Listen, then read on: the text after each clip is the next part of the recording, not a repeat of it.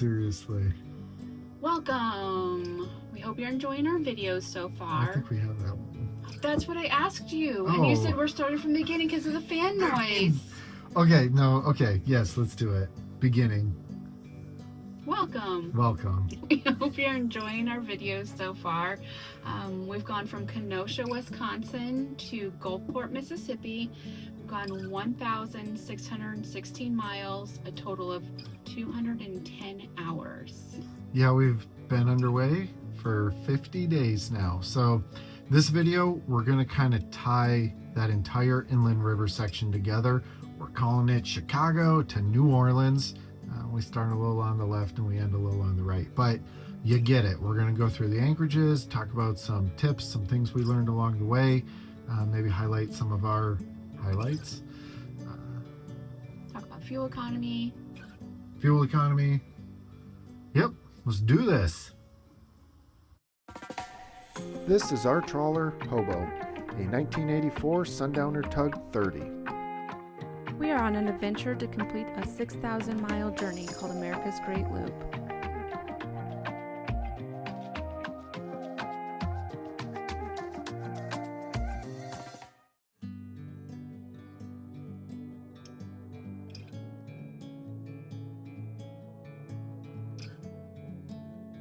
We have been traveling for 50 days, which means we needed to find a place to stay for 49 nights. We stayed at Anchor for 20, a marina for 20, and a free wall or dock for 9.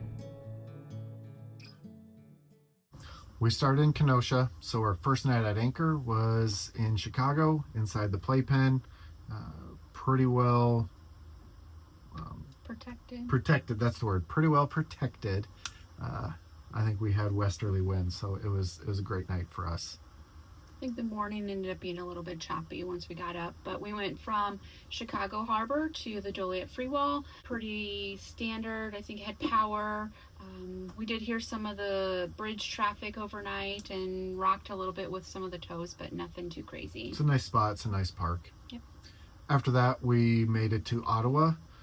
Ottawa, we ended up having 3 different places that we stayed. The Ottawa City Dock, Free Dock, I think we were there for 2 or 3 nights. It does not have power. There is water access. And then we stayed at Heritage Harbor Marina 1 night because we had to fuel up anyways. And then the last night, or a couple nights, we stayed at Buffalo Rock, which is really in prep for staging for the Starved Rock lock. Now, having said all that, it got really cold that week. I got really cold that week. So we walked to a store close by and invested in an electric blanket. We don't have a generator, and our lithium bank is 320 amp hours, I believe. So we're not going to run a full heater all night. We're not going to heat the entire boat. The heated blanket is super efficient, and I would argue keeps us warmer than when we actually run the heat. When we're on shore power. So it draws 100 watts at full power, and then it drops down to 30 or 40 watts and then cycles off to 30-40, off 30-40, and I'll do that all night. I don't think we used more than maybe 30 amp hours throughout the course of the night sleeping with the heated blanket. So highly recommend that for any sort of cold weather cruising. Then from Ottawa, we made it to Peoria City Dock, which they didn't have power, it didn't have water, but it was a nice place to stay. It's a no wake zone, so you're not worried about getting rocked by boats or anything. And then it's a perfect spot to stage for the Peoria lock. Yep, and then that next day, after making it through the lock, we went to Beardstown, stayed on the other side of an island, Grape Towhead. This is where I lost my drone. But the anchorage itself was very secure. Again, you've got that island protecting you. After that, the next day, we made it through LaGrange Lock and down to Willow Island. Willow Island, very similar, is protected. You have the island shielding you from everything that's going on the main channel, which there was a lot of tows on the main channel.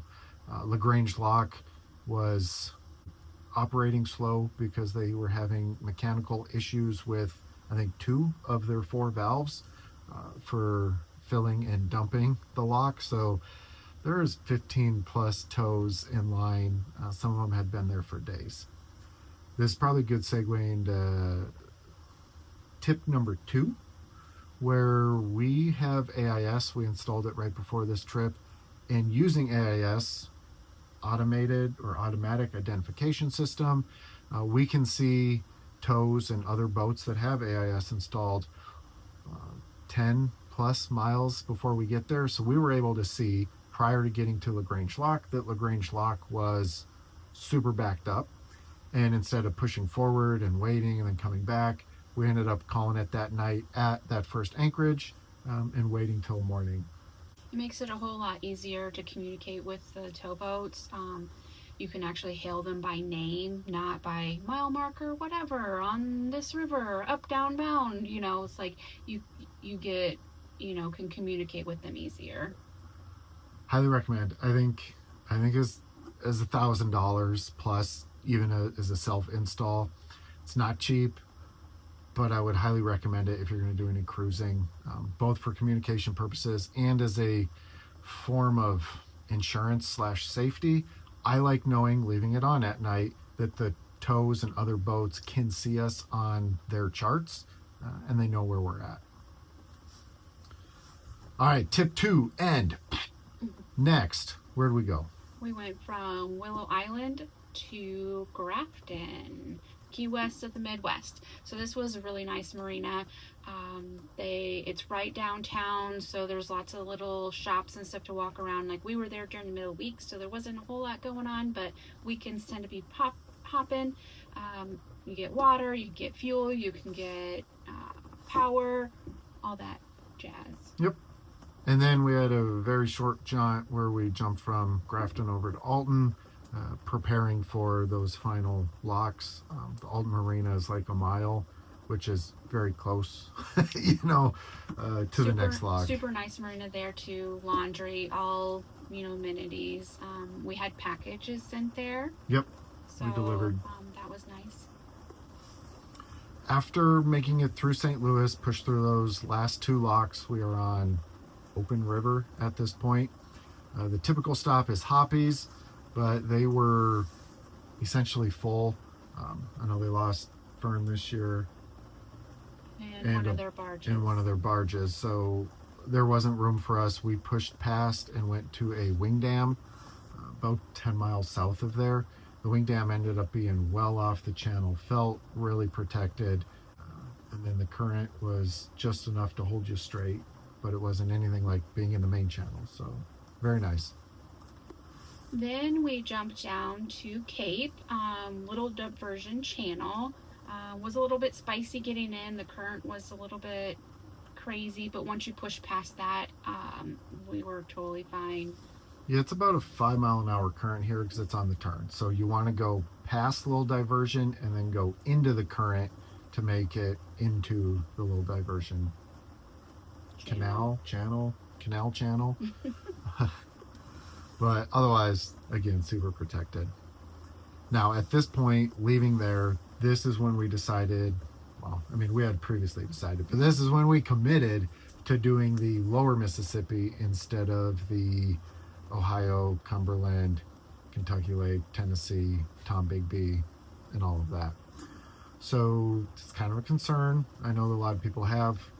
Our first anchorage there was in Hickman, Kentucky, and I don't think you could get a more protected anchorage than here. So it was kind of a nice warm welcome to the lower Mississippi, because we're about a mile off the channel at the end of a Slack Harbor. We didn't know for sure if we were going to get stuck in there. They looked like they were staging for some dredge operations, and so we tried to hail them to see if were they dredging in the channel or in the anchorage, or were they going somewhere else, but it ended up being fine, and they were gone by the next morning. Yep. After that, we made it down to, Hales Point. So this is another tributary off of the Mississippi. Made our way a quarter mile up. well protected. The current coming down that river actually protects you from a fair amount of the tow wakes that come through. So again, really good anchorage. Very happy with it. From Hales Point, we made it to one of the major milestones, Memphis. So this was the first stop that we could get fuel on the lower Mississippi. It was a little marina, so you could get water, it had power, they had showers, you could get off, stretch your legs. Laundry. Yep, very thankful that they are there. Without them, the lower Mississippi is already a stretch for a lot of boats. Without Mud Island Marina, it would have been essentially impossible for most boats. Maybe not Hobo. Hobo probably could have made it. We'll go into fuel efficiency at the end, but yeah, very, very thankful that they are there. After that, we made it to Island 63, which is just an island as far as I know on the lower Mississippi. Again, a lot of sand. Really liked that. The island gives you protection from the channel. Really no complaints here. From Island 63, we go to Choctaw and Toe Bend. So this was another slack harbor. No, this was another marina, or this was another anchorage. Right there. Oh, okay. Thank you. Well, it is an anchorage. It is an anchorage. Yeah, kind of off the channel there, protected. Didn't really have too much as far as the waves from the tows or anything. It's very quiet and zen-like. Yep. Now, after that, we made it to a slack harbor. Yes, we made it to a slack harbor. This was Madison Slack Harbor. This was a working harbor, so they were working all night. We didn't know, we kind of felt like maybe we were in their way, but ended up being fine. We just went all the way in as far as we could, and that was There was no working where we were, but we did have to drive past where they were working. So in the back of your mind, you're kind of thinking, are we going to get stuck in here? Are we going to get closed off? Is a barge going to trap us in, basically? Obviously, didn't happen. We made it. It was fine. After that, where did we go? Waterproof Bar. Waterproof Bar. This is where we ended up staying for a week while Jake could work. But again, super protected. Having the island between you and the channel. Yeah, you're out of the way. Toes can't hit you. You don't feel the wakes. You feel very private and secluded. That's a good spot. Yep.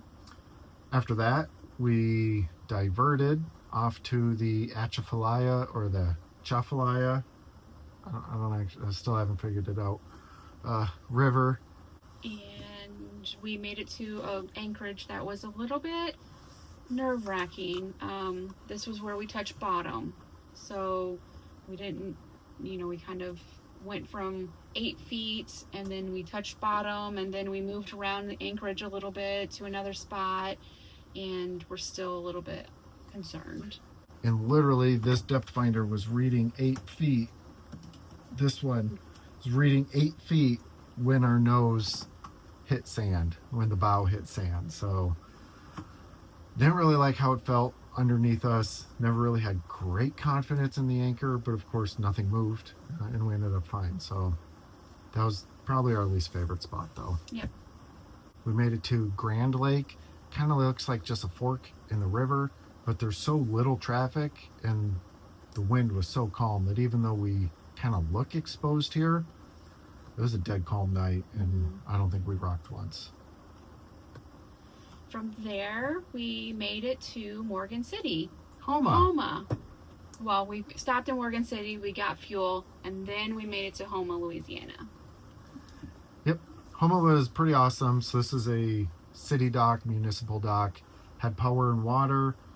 Obviously access to trash. There was a laundromat a block away, block and a half, I don't know. And then you're downtown. So if you want to do restaurants, the museum, great stop. Yep.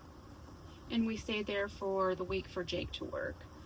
All right, so another hack or tip that we have, Homa was up to 85, which was quite different from where we were a couple weeks prior. But what we found to be really useful are portable fans. Now this is a Milwaukee fan. because we have a Milwaukee drill and saw and like 10 other Milwaukee things. And they have interchangeable batteries. All of the major power tools, right? Ryobi, DeWalt, Cobalt, they all have something similar. If we have some permanently installed fans, but this moves more air. You can put it anywhere you want. You don't have to worry about any impact on the house battery. It's been super useful. We have two, actually. It's nice. Yeah, you can take it anywhere on the boat. You can take it outside. You can, if you need to air out the head because of the shower and just kind of want to dry stuff out, or because it's raining, you need to dry some of your gear. Works out. Yep. Or the engine room because it's hot. Yep. And then from Homa, we pushed through to an anchorage that was just in a bayou. Yeah, so we can't make it past New Orleans, so we had to stop short. This was pretty much one of the only options short of New Orleans. So it totally worked out. There were airboats during the day, but they stopped a little before sundown, and we had a nice quiet night. It was buggy, mosquitoes specifically. Yes. And then we pushed on through New Orleans the next day, went a little segment up the Mississippi for a few miles, and then across Lake Pontchartrain, which ended up being just glass for that entire one. If you haven't seen that video, you should go look at it because it's crazy. It's just crazy how flat it was, how flat that lake ended up being that day. But we made it to Slidell, which is where we stayed for about a week. That's where we did Thanksgiving, met up with Kitty's family.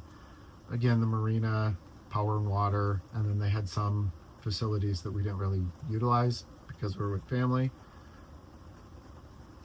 Then from Slidell, we pushed on to Pass Christian Harbor. That is more of a working harbor. Fishing working. Power, water. I think you can get fuel there. Like that, they had bathrooms. Yeah. And then we went to Gulfport from there. A very short jaunt. Gulfport has been our favorite marina so far. It is incredibly clean. It's well kept. The restrooms are very nice and heated and not full of spiders. They have newer laundry machines, so that was nice. And it was paid laundry, but it was not expensive. No, not compared to like the laundry mats and stuff. It was a third. And it's right by the park, so right now they're gearing up for Christmas, so they kind of have some of those activities going on. So yeah, and that's Chicago through New Orleans.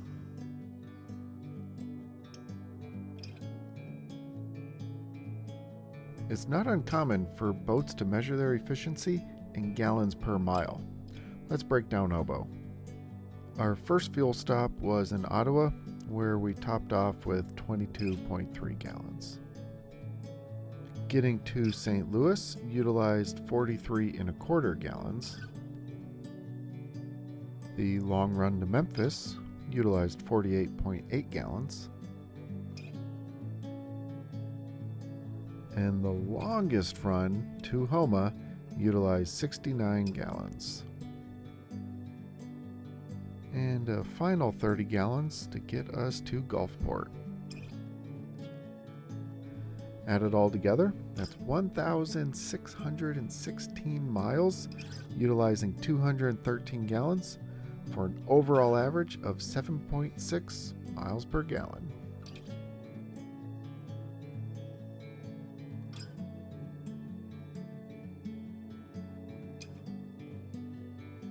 So, what was our takeaway on the inland rivers? It's fairly comfortable with no big waterways. There's always something to see, and even if you've seen the river, traveling by water is an entirely different perspective. And then regarding our decision to take the lower Mississippi, what are our thoughts? We enjoyed that it was unique from our prior route, it was secluded, and it was challenging at times. The challenges really came down to resource management, which was food, water, fuel, and then the chaos of the commercial traffic. So the question is, would we do it again? And I think the answer is yes, though it may have to be in a slightly bigger boat.